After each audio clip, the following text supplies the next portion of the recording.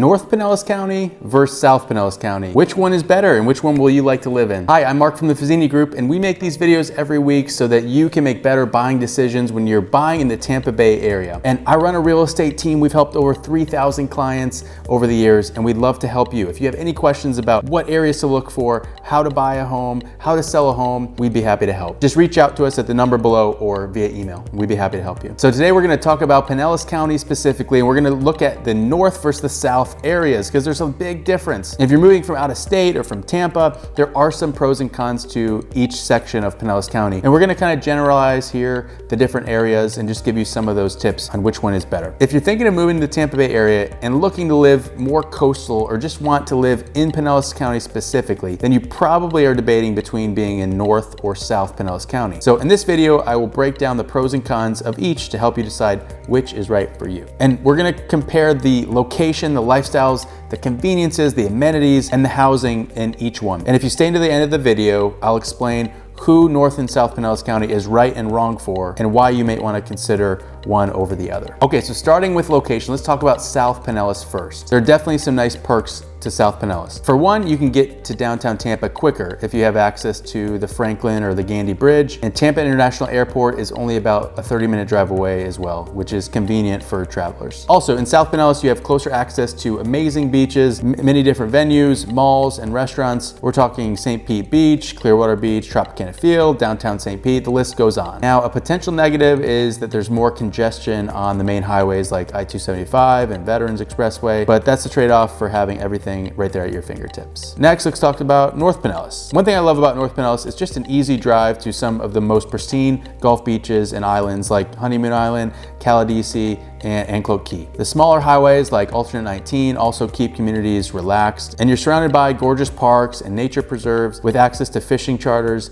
and even kayaking all around. Now, a potential downside is that it can take 30 to 45 minutes just to get to downtown Tampa, depending on the traffic, or to St. Pete. But on the flip side, you're only about 20 minutes away from Pasco County and some different things in the north there. While South Pinellas might offer you more access to Tampa, St. Pete, Clearwater, and Sarasota, if you value a little bit more slower paced environment, then you might prefer North Pinellas over some of these other options. So after you decide what's important to you location-wise, the next thing you need to consider is the lifestyle. What it's like there, what there is actually to do. Starting south, what may surprise you is that you want to prepare for a more upbeat urban vibe focused on arts, culture, dining, and nightlife. St. Pete's new downtown Pier District alone has local shops, great restaurants like Ceviche, Tapas, or Birchwood and Vine. St. Pete is also home to Tropicana Field and the new development that they're going to be building there, and world-class museums like the Dali Museum and the Fine Arts Museum. So some of the beaches you'll have access to in South Pinellas tend to be a little bit more crowded,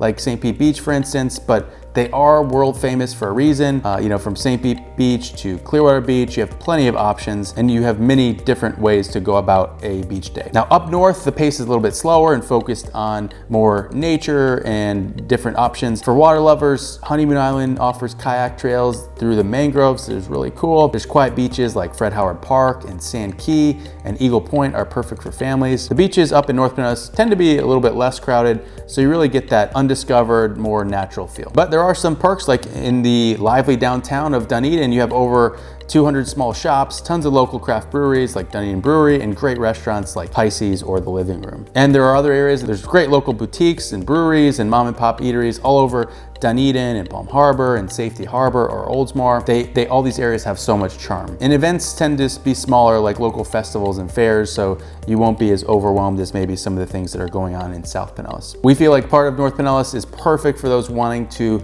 be in a relaxed beach town escape while still having amenities and nature right at your fingertips. So in general, if you want a more urban, fast-paced environment with more things to do, then you might want to consider South Pinellas. However, if you want a more local feel, laid-back feel, then North Pinellas might be better for you. Now last and the maybe most important thing is housing. What types of houses can you actually get in these areas? What are the neighborhoods like and what are the different options? So starting in South Pinellas, you probably should prepare for higher price points. In the highly desirable markets like St. Pete, you have Snell Isle, which is a place where you'll see some of the most expensive homes in all of Pinellas County. And there's a lot of waterfront in St. Pete and Indian Rocks and Madeira that you'll see homes quickly surpass $2 to $5 million.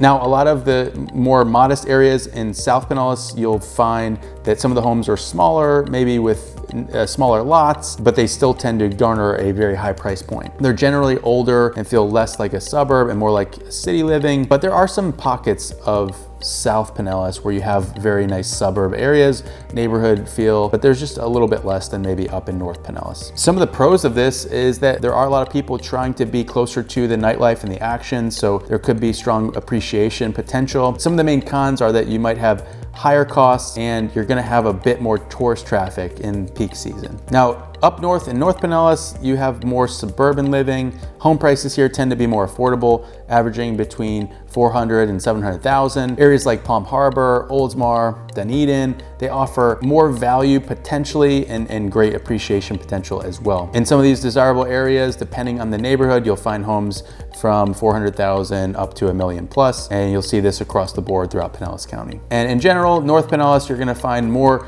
neighborhoods, more of the neighborhood feel. In North Pinellas, you do have highly rated schools, so the schools tend to be a little bit more higher rated, which are going to garner higher prices in some areas, but a lot of those areas are gonna have larger lots and more options as far as parks and different things around these schools that are highly rated. So if you're curious about what the market is like in Pinellas County and want an insider's guide to the area, then you'll really want to check out the link in the description to download our Pinellas County Market Guide, which has everything you need to know about the area, values, and what our expectations are for prices in the near future. So in conclusion, which one would I choose? Well, I'm a little biased because I'm actually from the Palm Harbor area and I love living in North Pinellas County. You still have access to all of the fun in Tampa and St. Pete. It's just a little bit farther away. But if you are looking for a more urban living style, you might want to consider St. Pete. Or if you're looking for that beautiful condo on the beach, you might want to consider Clearwater Beach. And also, of course, going over to Tampa, you're going to have a totally different list of options. But south of North Pinellas, it's really hard to go wrong. You just have to find out what you like and what's going to be best for you or your family. If you made it to the end of this video, you probably are looking to buy or sell in the area in the near future. Our team would love to help. Please reach out to us. We have lots of experience, lots of off-market properties. If we can help in any way, we'd love to. Reach out to us at the number or email below, and we'd love to get in touch with you.